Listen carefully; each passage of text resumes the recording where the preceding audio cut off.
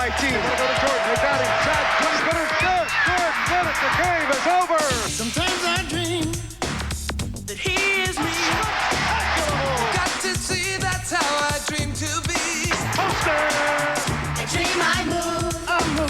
I dream I groove. Like Mike. If I could be like Mike. Most Valuable Player Award to Michael Jordan. Sometimes I feel this dream is real. The shots I make nobody else would take. I seem to soar.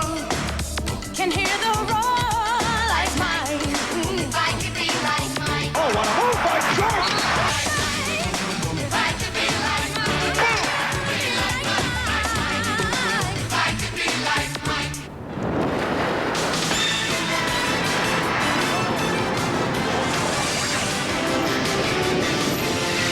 This is a special edition of NBA Showtime. Michael Jordan, A Champion's Journey. Here's your host, Hannah Storm. The United Center in Chicago, where a half hour from now, the Chicago Bulls close out the regular season against their longtime rivals, the New York Knicks. The burning question in Chicago, are we about to witness the final regular season game in the magnificent career of Michael Jordan? Hi, everyone. Hannah Storm, along with John Sally and Peter Vesti, and we are looking forward to spending the next half hour talking about Michael Jordan. We only got a half an hour to talk about Michael. This would be at least like, you know, a golf tournament. 4 days of MJ. He would like that. He would love it. But this is the kind of homage that you pay somebody with the ability that he has to make millions of fans out of people who would not be into basketball if it weren't for his airness. He certainly set a standard of excellence that even transcends his sport. And we'll talk about also tonight the game between the Knicks and the Bulls. That'll come a bit later on. Tonight's pregame is devoted to Michael Jordan. Despite all the talk that he might retire after this season, Jordan is still the best in the game and arguably the greatest ever. As he embarks on a quest for his 6th NBA title, we reflect on his remarkable career. We begin a champion's journey. A 1-point lead for Georgetown. The tie, 18. Shot, Jordan. North Carolina has won the 1982 NCAA championship. The Chicago Bulls pick Michael Jordan. Through a quirk of fate, he fell to number 3, and we were there and able to take advantage of it. And I think you could see early the will to win, the incredible ability to raise his game when the game was on the line. And I think after a month's time in the season that we knew we had something special. Michael Jordan came flying out of the sky. Here's Jordan in deep on Elo. Oh, yeah! Look at the air, look at the hang time, look at the flying motion. At the beginning, it was easy to play against the Chicago Bulls. Michael would get 40, he'd get 50, but everybody else would be standing around watching. They double team now. Walton's come out to meet Jordan. What a great shot, and a basket and a foul.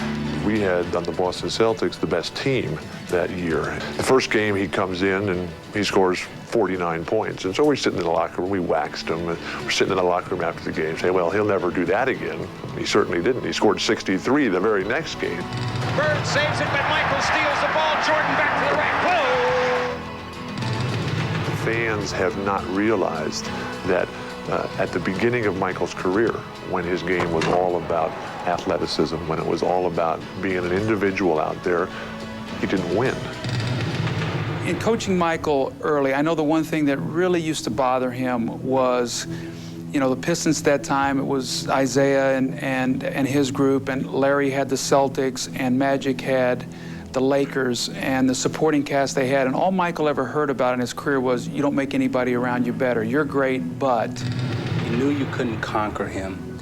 You knew you couldn't beat him. However, the way we tried to attack their team was to break down everyone else mentally, to break down his supporting parts, to more or less leave him standing there alone. When I first came 11 years ago, we were in this gym, and I said, you know, the coaches I had with the Knicks, Red Holzman, always said that a star makes his other players better players. And all of a sudden, their value and their abilities seemed to be magnified by his presence on the court. And Doug Collins was the head coach, said, go tell Michael that right now. Go tell him that right now. The inbounds pass comes into Jordan. Here's Michael at the foul line. A shot on Elo. Good! The Bulls win! They win! That was get the ball, Michael. Everybody get the out of the way. Go to the basket. My last year there in '89, when went into the Eastern Conference Finals before losing in Game 6 to the Pistons, all of a sudden, I think people really realized what this guy was all about, that he really was the epitome of winning.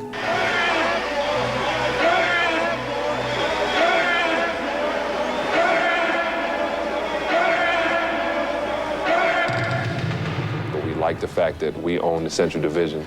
We like the fact that he was the next Dr. J at that time, and he was going to be the heir apparent of the NBA, and we like quieting it all down and making them shut. Watch Michael and just take this shot. And as it splashes, he runs through, catch the motion. Yes, Michael. He never would stop, you know, from start to finish. He would keep coming and coming and coming. And just when you think that he was wearing down, physically and mentally, he would go to another level. He just had an engine, you know, just never stopped. I know a little story. Isaiah was upset about it because he went home and saw his nephew wearing a Michael Jordan jersey. And he didn't like that because, Isaiah was all Chicago. He was Mr. Chicago. He put him on the map. And then Michael just came in and everybody forgot that he played there. He kept it in bounds. Here it is again.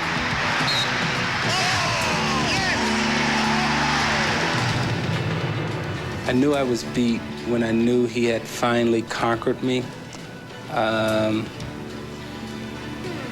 We went to Chicago and they beat us, I think in '91, 2 games there, and we came back for Game 3 in Detroit.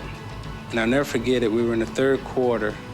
He looked at me in such a way that, you know, the look that I used to have in my eyes, I now seen that look in his,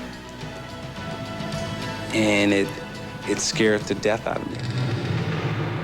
I was in Detroit, and I went to, between the games, I went to dinner one night with Michael. I went to dinner the next night with Isaiah. And it was like being between the 2 gladiators.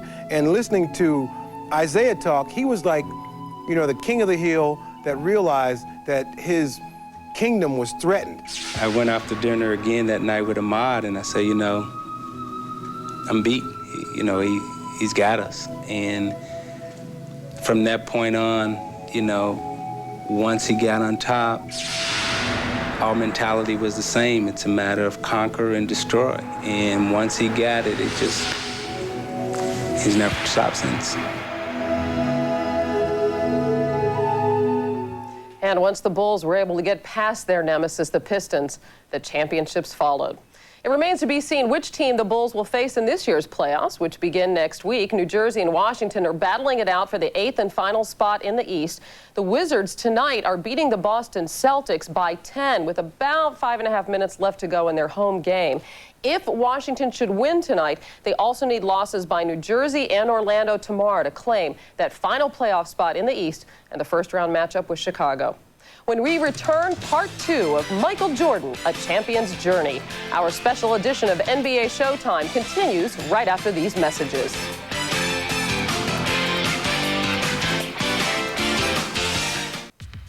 Some of the most memorable moments in Michael Jordan's career have come against the Knicks.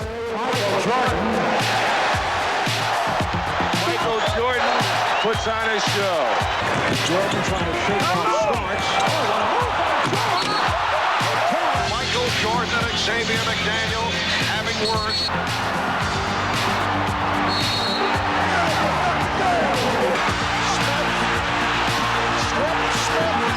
Smith.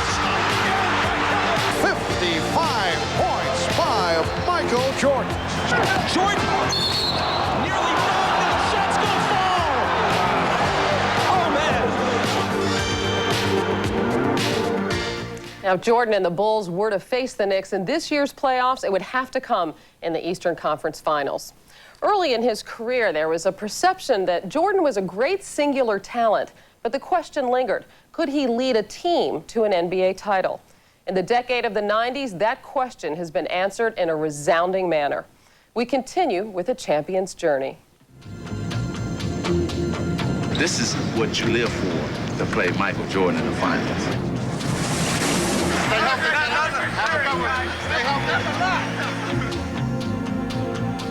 You know, I thought I was the most competitive person that I ever knew until I met Michael. 3-on-2 for the Bulls. Michael on the drive, in for the right for the jam. The Bulls blowing the Lakers out. The thing about Michael is the fact that he could go 1 for 50 or 1 for 20, but that one shot may be the greatest move you've ever seen in your life. The look away to Livingston. Jordan. Oh, a spectacular move. A spectacular move by Michael Jordan. Man, if, you know, and that's what makes him special. That's what makes him Michael and everybody else down there. And the Chicago Bulls have won their first ever NBA championship. The first one was probably the most special because that was getting to that level, to become a real champion, and his father was there for that. And I think everyone after that is just to reinforce the fact that he is a champion. Jordan against Drexler. See, this is what Michael lived for. He wanted this challenge.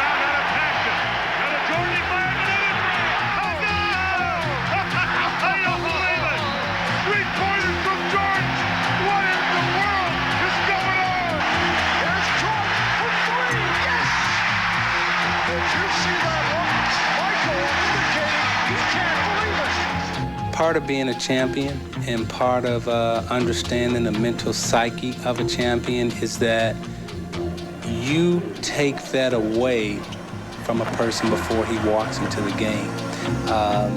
You make him concede before he steps on the court that not only are you gonna get beat, but it's about how bad I'm gonna beat you. The one thing you understand about Michael is, like, if you ever do anything with him competitively, if you're fortunate enough to beat him, you're going to have to play again that very moment. We went at it in Barcelona, I mean, at each other. We thought we could beat each other at everything, and we tried to. Free throw, jump shot, three-point, cards, checkers, anything. We wanted to beat each other so bad.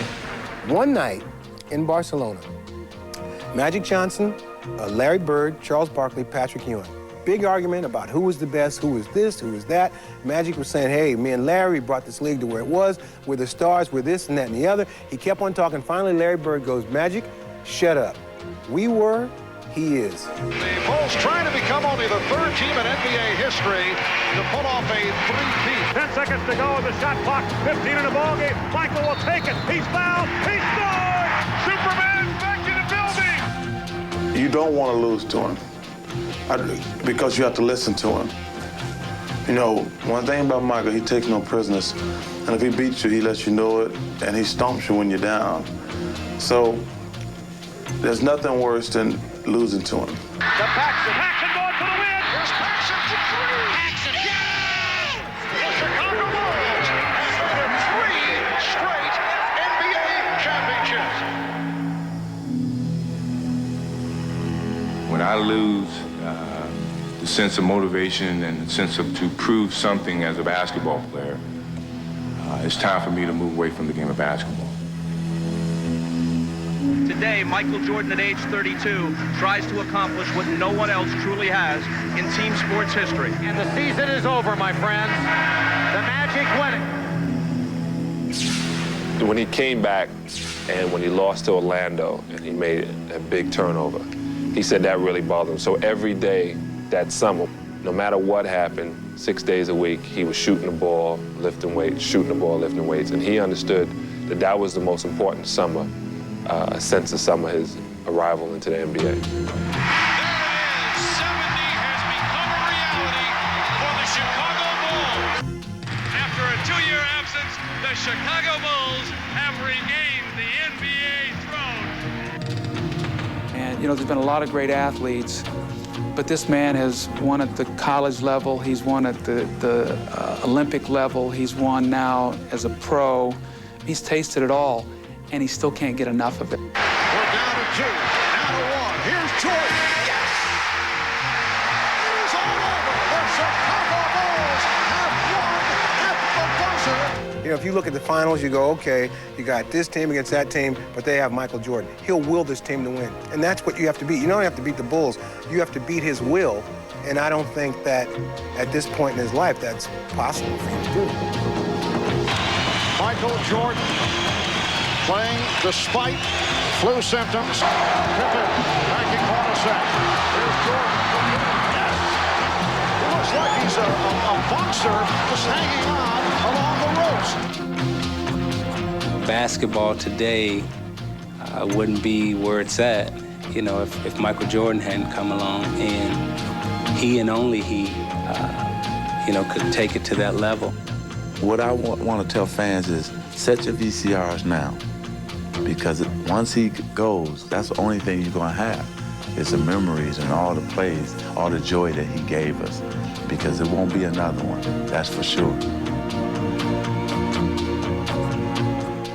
But at the very least, fans still have another title run by Michael Jordan to savor this season. The question, who will be the Bulls' first-round opponent? The Washington Wizards are doing their best to qualify for the 8th and final playoff spot in the East. They are about to wrap up their 4th straight win, beating the Boston Celtics at home, little under a minute, 110-93. They have won 4 straight without Rod Strickland, but for the Washington Wizards to make the playoffs, they must hope the Nets lose to Detroit tomorrow and Orlando must lose to Charlotte in order for Washington to be able to play Michael Jordan and the Bulls in round 1. We'll have plenty more on Michael Jordan as we hear from Peter Vesey, John Sally, and our crew in Chicago. The Knicks and the Bulls tip off about 15 minutes away.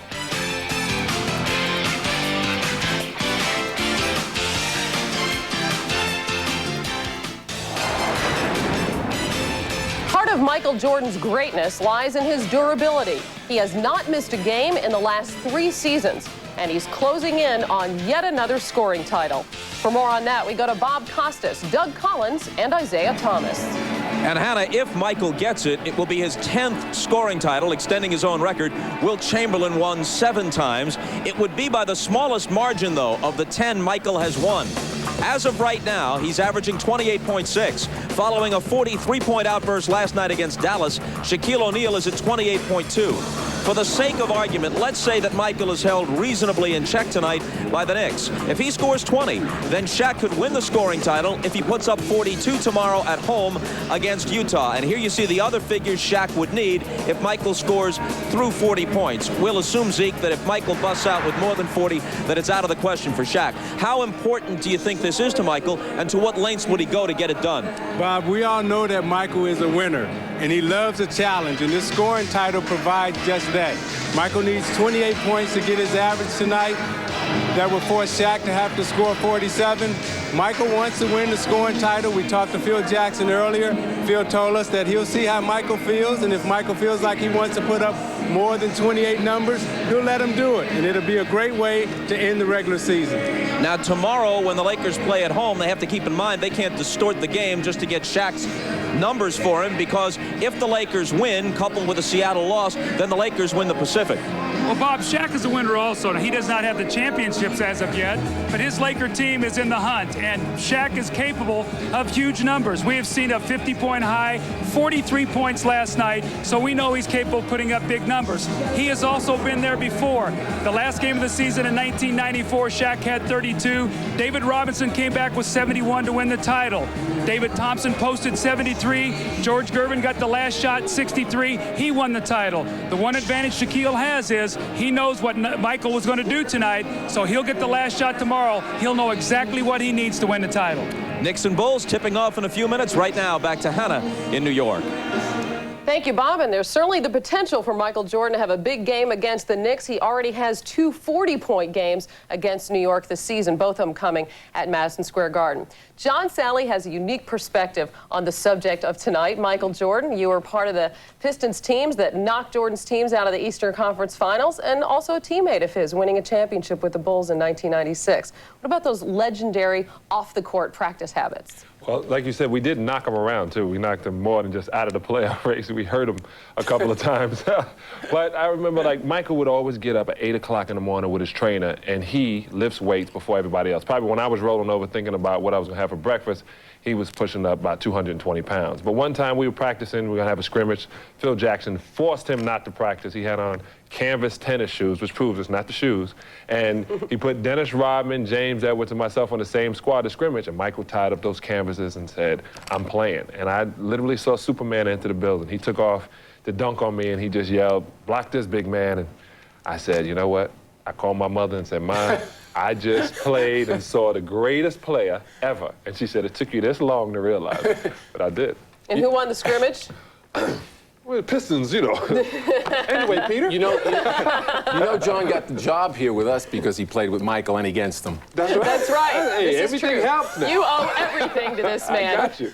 You covered Michael Jordan his whole career, had the privilege of doing so. What are some of your favorite memories? Well, Hannah, like everybody else, I've stored up a number of memorable memories that watching him over the years. But the thing that stands out most in my mind is when I went down to Orlando when he was playing baseball. And all I could think of when I was watching him play right field and shag a fly every 3 or 4 innings and get up to bat 3 or 4 times and strike out was what a waste of talent. How deprived we were that year, and then the next year for most of it, not seeing the greatest talent in my estimation in basketball. But hold the weeping, Hannah. I think, at least I suspect that we've got a few more memorable moves left in Michael during the playoffs. Yes, the playoffs which begin next week. And who will his team face in the first round? Well, it's a final. Washington has beaten Boston 112-95. That doesn't mean the Wizards qualify for the 8th spot. Still need some help from the Nets and the Magic. If both those teams lose tomorrow, Washington will play Michael Jordan and the Bulls. If not, it will be the New Jersey Nets. Now, before we send you to Chicago for the Bulls and the Knicks, one final look at some images of Michael Jordan through the years. We'll see you at halftime.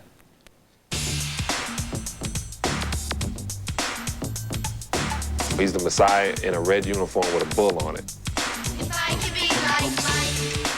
Michael does things through the air. Jordan's a different kind of cat.